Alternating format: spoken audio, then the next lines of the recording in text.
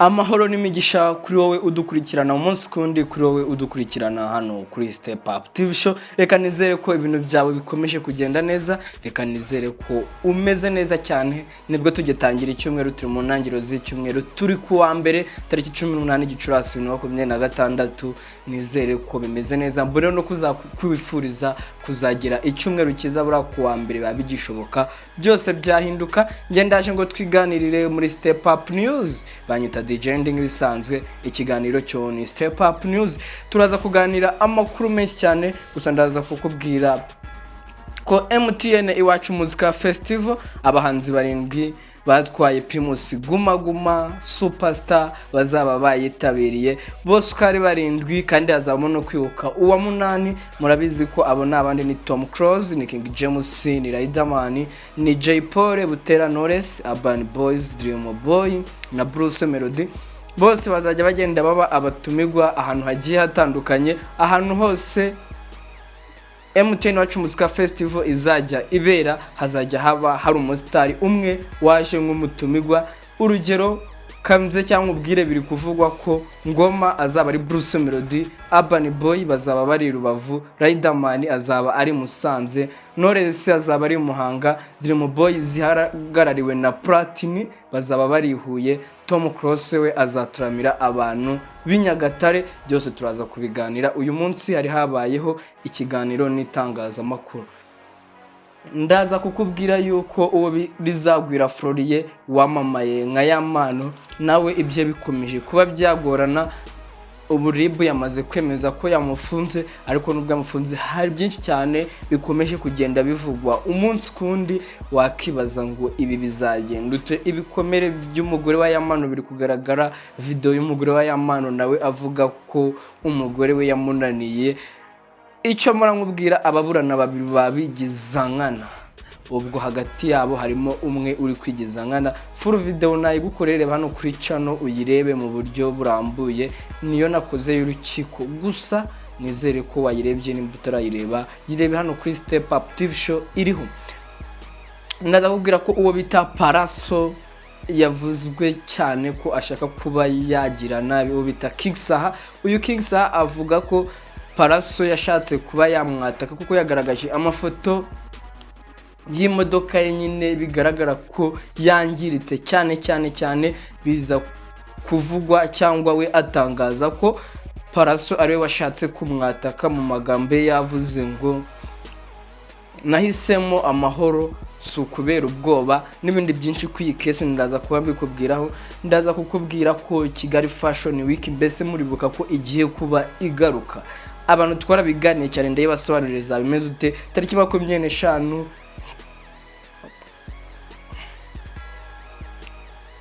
kugera kuri 30 Gicurasi 2026 Kigali Fashion Week izagaruka. Mwibutsa ko umunsi nyamukuru cyane abantu bategereje ni tariki 27 Gicurasi 2026. Nandi makuru yose turaganiraho, uraza kuyakurikirana hano kuri Step Up TV Show. Icyo ngusaba, stay tuned, guma imbere ya screen yawe ubundi twigendere nkubwira amakuru yose. Mbese uribaza n'iki kiri kuvuga ku mustar ukunda, mbese n'iki kiri kuvuga kuri social media, byose bivugirwa hano kuri Step Up TV Show. Gusa nago nabura kukubwira ko amafoto meza afatigwa kwa Kevin Photographer. Nimba ukeneye ifoto nziza, nimba ukeneye gukora memo, nimba ushaka gukora ibintu bitazibagiranwa, gana uwo bita Kevin Photographer abigufashemo. Kubanga bw'ibyima bagiye kutuzamura publicité ye, wowe icyo ukora urandika nimero cyangwa umusure ku mbuga nkoranyambaga ze, aho ugeze hose wandikamo Kevin Photographer. Hari nabifuza kwamamaza ibikorwa byabo nabo igihe niki, mutugane hano kuri Step Up TV Show. Twagufasha kuvana ibikorwa byawe ku rwego rumwe tubijyana ku rundi rwego. Nimero ni 0793838264 ubundi tukagufasha kwamamaza ibikorwa byawe bikagera kure. Gusa no muri siporo biri kuvugisha abatari bake. Abantu bari kwibaza mbese ni APR cyangwa ni Rayon Sport. Ni nambara zabo bagiye kuba bakina finale igikombe cy'amahoro, kandi BK Pro League yatanze ibikombe bivugwa kare bibiri. Ejo APR yagiye ku kibuga yiteguye ko irabona igikombe, niyakibona ni byinshi, ni saga nyinshi. ariko byose nundi ubikurikirana mu ndege ya siporo. Ibyo byose uwo bita Mwarimu T-Stash yabigusobanuriye, unyarukire kuri YouTube ubirebe. Mu kiganiro twagiranye na Mwarimu yese atubwira mbese izo saga nyine we yazirangije, avuga ko ikipe ya APR ariyo igomba gutwara igikombe. Reba hano kuri channel urebe ikiganiro twagiranye na Mwarimu T-Stash. Abantu bari bakumbuye indege ya siporo iraza kugaruka mu gihe gito, kuko Mambo de Prote umupilote ntabwo yarameze neza, yararwaye, ahubwo mukomeze mu musengere aze kuba ameze neza. Mambo de Prote aragaruka vuba bidatinze adukorera indege ya siporo. Nge ndaje ngo twiganire none ku buhanga bw'ibyuma batuzamurire Kevin photographer. Reka duhe ikaze ku bantu mwese mwifuza gukorerwa serivisi zitandukanye, yaba izigendanye no gufungurirwa YouTube channel, gukorerwa amakarita, ibyapa byamamaza, flyer na za video zamamaza, maze business yawe ukaba wayamamaza mu buryo bw'amashusho ndetse n'amajwi. Si ibyo gusa, ku bakeneye amafoto y'ubwoko bwose, yaba wedding, event, party and a birthday or in Kevin Entertainment with Kevin Photographer, you can contact us on 078877 3185, and even you can follow us on our social media. Kevin Photographer, online service, make more than one with us.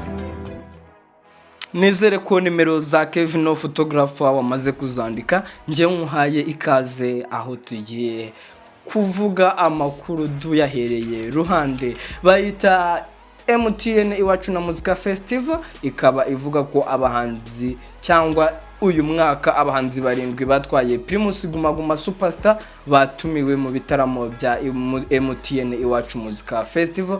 Ibi ni bitaramo biba bizenguruka imijyi igiye itandukanye. Ni bitaramo bizatangira tariki 20 Kanama 2026 bikazarangira tariki ya 1 Kanama 2026. Nkuko byavuzwe n'umushoramari bamwita Joseph, cyane abantu bamuzi nka Bubu. Uyu nguyu nuhagarariye iyo bita EAP isanzwe itegura ibitaramo bigiye bitandukanye, akaba ari nayo itegura iki cyitwa MTN Iwacu Muzika Festival, n'abafatanya bikorwa barimo MTN Rwanda, Primus Guma Guma. Uyu mwaka wo bazakora hiyongeyemo niyo bita PBR Bank cyangwa se Banque Populaire, abantu benshi murayizi cyane. Urumva n'abaterankunga bakomeye cyane babana n'iyi societe itegura ibitaramo, bakadutegurira ikishwe MTN Iwacu Muzika Festival. Tariki 18 Gicurasi 2026 uyu munsi nibwo bari bahuye bagiye kuganiriza abantu. Mbese bizaba byifashute uyu munsi, nta kindi kintu bari kuganira usibye kuvuga ukuntu abatumigwa bazajya baza mu gitaramo aribo batwaye MTN Iwacu na Muzika oya batwaye Primus Guma Guma, kuko Primus ni umuterankunga wa MTN Iwacu Muzika Festival. Ubwo mu bufatanye bavuze ko abahanzi batwayeho Primus Guma Guma Superstar imyaka igiye itandukanye igihe yabaga nimwe mu zari zikomeye. Bikaba byanzuye ko azaba ari muri bamwe bazajya bajya mu bitaramo bigiye bitandukanye. Buri gitaramo kizajya kiba gifite umutumigwa.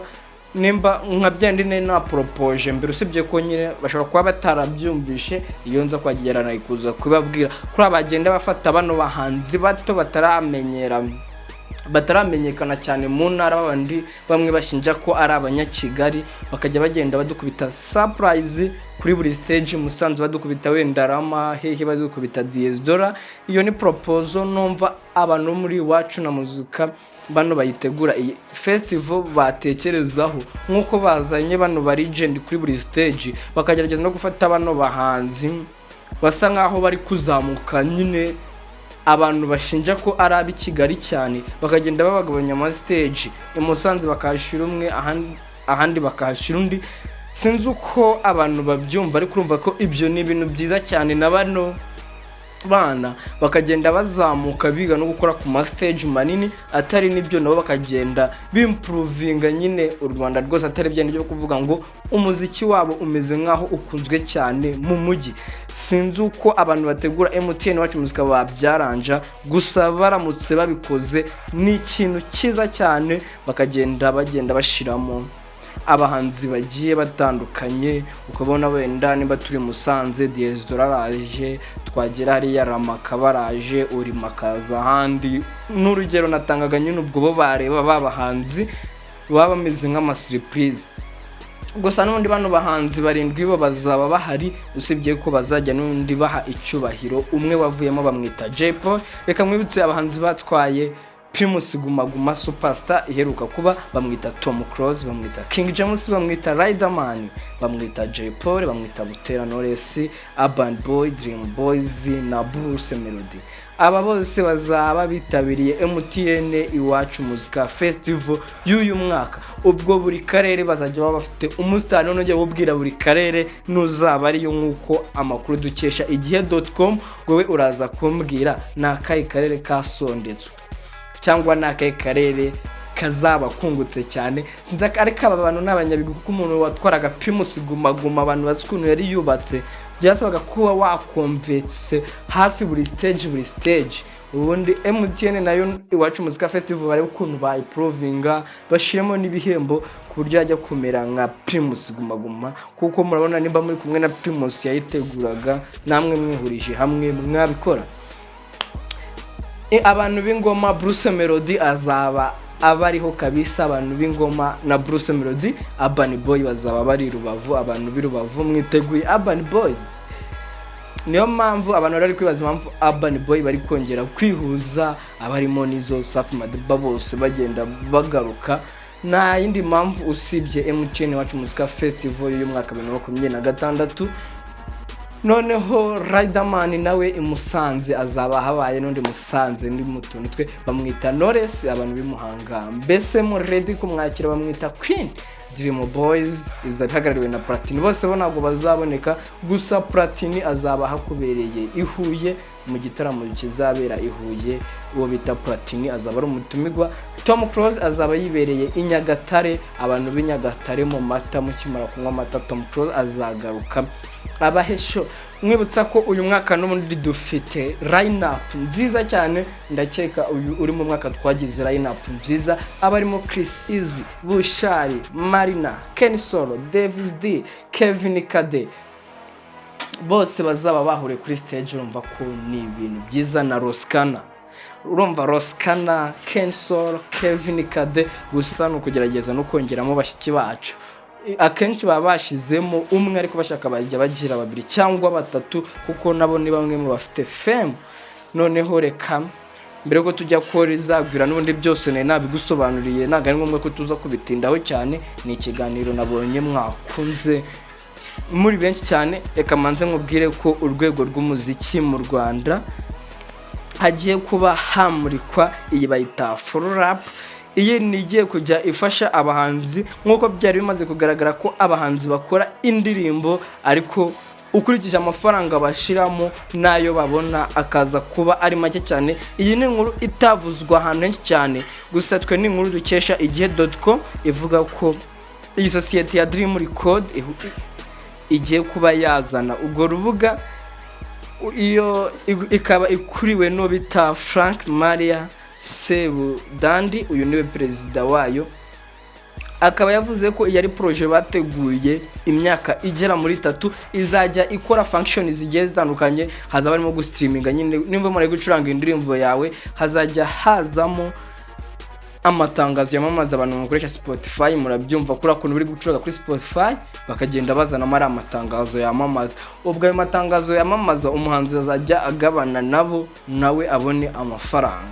Ubundi buryo bwa kabiri ni uburyo bwo kuba batanga certificate cyangwa urushya rwo gukoresha indirimbo kwa kundi usanga mu masoro bakoresha indirimbo, abandi bakoresha indirimbo mu nyungu nyine zabo kuri amutubari bazikoresha. Bizajya bisaba ko bafite iyi certificate nyine nka kuri n'ubundi aba DJ bajya babona ama certificate yo gukoresha indirimbo, na hano certificate bizajya biba bisaba ko uba wayihawe. Noneho numara kubona certificate ubone gukoresha indirimbo z'abandi. Ibyo byose ni inyungu ku muhanzi, kandi n'umuhanzi azajya abona ukahuzwa n'abakeneye abahanzi. Niba umuntu akeneye umuhanzi azajya aza ku rubuga avuge ko akeneye umuhanzi, maze bitume atumira umuhanzi mu buryo bworoshye. Noneho ikindi kintu izabigira premium noneho ntandi umuntu yishura amafaranga nk'uko kwezi na YouTube irabigira. Noneho igihe uri kureba video nube wagira amafaranga namwe watanga nyine cyangwa ari amatangazo naze, noneho we ukaba watanze amafaranga, none bigaza gutuma umuhanzi uri gucuranga indirimbo ze n'umundi yinjiza kuri ya mafaranga uba waragiye utanga wenda utanga buri kwezi muri premium. Rero iyi Dream Record ivuga ko iki ari igisubizo ku bahanzi, kuko n'umuhanzi avuga ngo ndakora nkashora amafaranga, ariko urebye inyungu cyane cyane ko YouTube mu Rwanda nta n'amatangazo ishiramo kuko na premium nta kitugera, ntago nyine u Rwanda rwamonetize ku buryo igihe uri guprega indirimbo y'umuhanzi hazamo ari amatangazo yamamaza. Rero bikaba biri kuvuga ko ari igisubizo, gusa ntago ari inkuru nyine abantu benshi bari kumenya. Ariko perezida w'urugaga rw'abahanzi nyarwanda akaba n'umuyobozi ushinzwe kurengera umutungo bwite cyangwa se umutungo bwite mu by'ubwenge, uwo nguwo bamwita Intore Tuyisenge, akaba yavuze ko iyi Forrap bitezeho ko iraza guteza impinduka cyane cyane kubera yuko igihe twe tumaze abahanzi bo mu Rwanda batagaruza amafaranga cyari kirekire cyane. Nimba ne hari umuhanzi muziranye murangire ko iyi yaje nk'igisubizo kugira ngo ibe yamufasha. Uwo Rizagwira Florian wamamaye cyane nka Yamano nawe ubu ngubu noneho biremezwa direct ko afunzwe. Amakuru yemejwe na Dr Murangira Britseri, biravugwa ko Yamano akurikiranyweho ibyaha harimo gukubita, gukomeretsa, gukomeretsa, noneho harimo ibikangisho, harimo gukoresha ibiyobyabwenge, harimo kuboshaka ego. Nibyo ngibyo Yamano akurikiranweho, nibyo byaha. Ubwo nago iyo umuntu akurikiranyweho ibyaha nago yavuze ko ibyo byaha yabikoze, abantu babyumve neza, nibyaha akurikiranweho. Ubwo nyuma yuko RIB iri kumukurikirana, nyuma nibwo bazavuga mbese ibyo byaha arabikurikirana. Kandi mu biganiro byose dukora hano tuba twabigusobanuriye mbese case yose imeze ute. Reba video tukimara kubona Britseri yemeje icyaha twabikubwiye, noneho tubivuye imuzi n'umuzingo. Ikiganiro kiri hano kuri Step Up TV Show. Kanongere mbibutse ngiye kujya mbibutsa buri munsi Kigali Fashion Week yagarutse.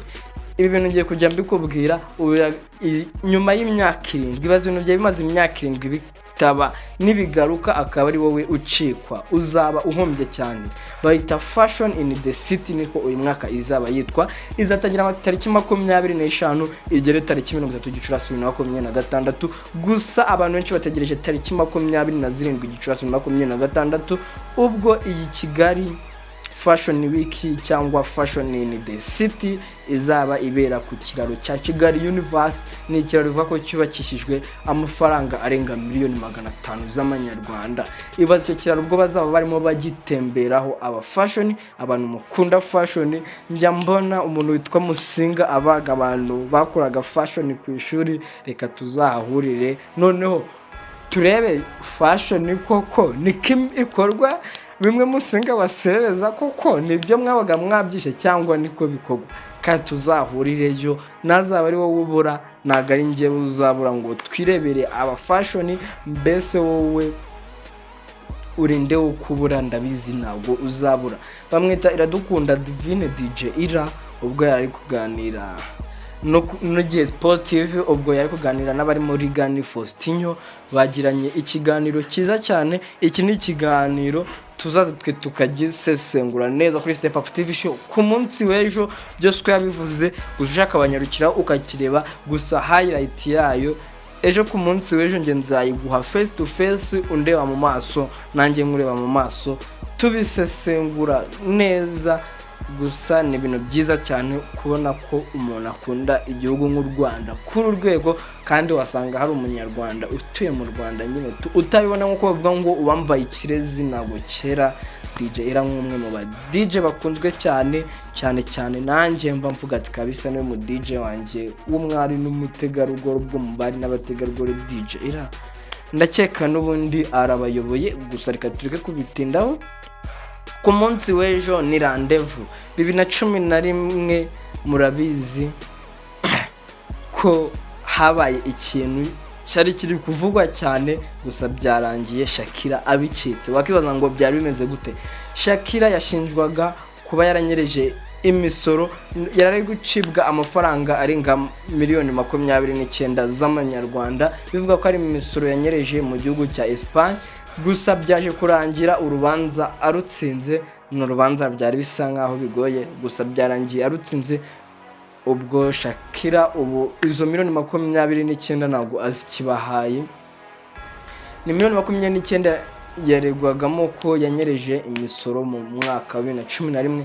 Urumva hano hantu akantu wakoze kaba kari recorded, urumva ikintu cyakozwe muri 2011 kikaba gikemutse 2026, nabyo ubwabyo ni ibintu kabisa biteye ubwoba, gusa byakemutse byarangiye. Shakira avuga ko ari mu bamwe mu bakoze indirimbo nziza cyane, indirimbo iraza kujya hanze ari kumwe no bita Burna Boy, bakuranye indirimbo abantu tuzaba twumva mu gikombe cy'isi.